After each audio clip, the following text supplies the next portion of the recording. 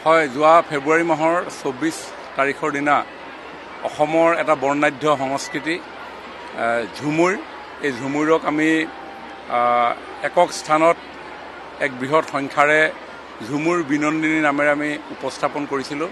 য'ত দেশৰ যশস্বী প্ৰধানমন্ত্ৰী নৰেন্দ্ৰ মোদী ডাঙৰীয়াই তেখেতৰ উপস্থিতিৰে হৌষ্টৱ বৃদ্ধি কৰিছিল আৰু বিশ্বৰ বিভিন্ন প্ৰান্তৰ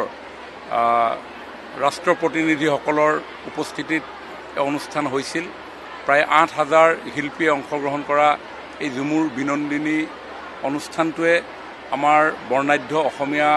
কৃষ্টি সংস্কৃতিৰ কথা বিশ্ববাসীৰ আগলৈ বাৰ্তা হিচাপে লৈ যাবৰ কাৰণে আমি সক্ষম হৈছিলোঁ। আৰু আজি এই ঝুমুৰ বিনন্দিনী অনুষ্ঠানত অংশগ্ৰহণ কৰা যিসকল শিল্পী, যিসকল ওজা প্ৰশিক্ষক আৰু যিসকল বিশেষজ্ঞ সমিতি আমাৰ লোকে এই গোটেই অনুষ্ঠানটো সুন্দৰভাৱে পৰিচালিত কৰাত সহায় কৰিছিলে, তেখেতসকলক মানপত্ৰ আৰু সম্বৰ্ধনা জ্ঞাপন কৰিবৰ কাৰণে আজি এই অনুষ্ঠানটো আমি আয়োজন কৰিছোঁ। এই সমাজখন অতদিনে অৱহেলিত হৈ আছিলে, কেৱল ৰাজনৈতিক কাৰণত বিভিন্ন ৰাজনৈতিক দলসমূহে চাহ জনগোষ্ঠী আদিবাসী সমাজখনক তেওঁলোকে ব্যৱহাৰ কৰি আহিছিলে। কিন্তু ভাৰতীয় জনতা পাৰ্টি শাসনত অহাৰ লগে লগে এই সমাজখনৰ সৰ্বাংগীন বিকাশৰ কাৰণে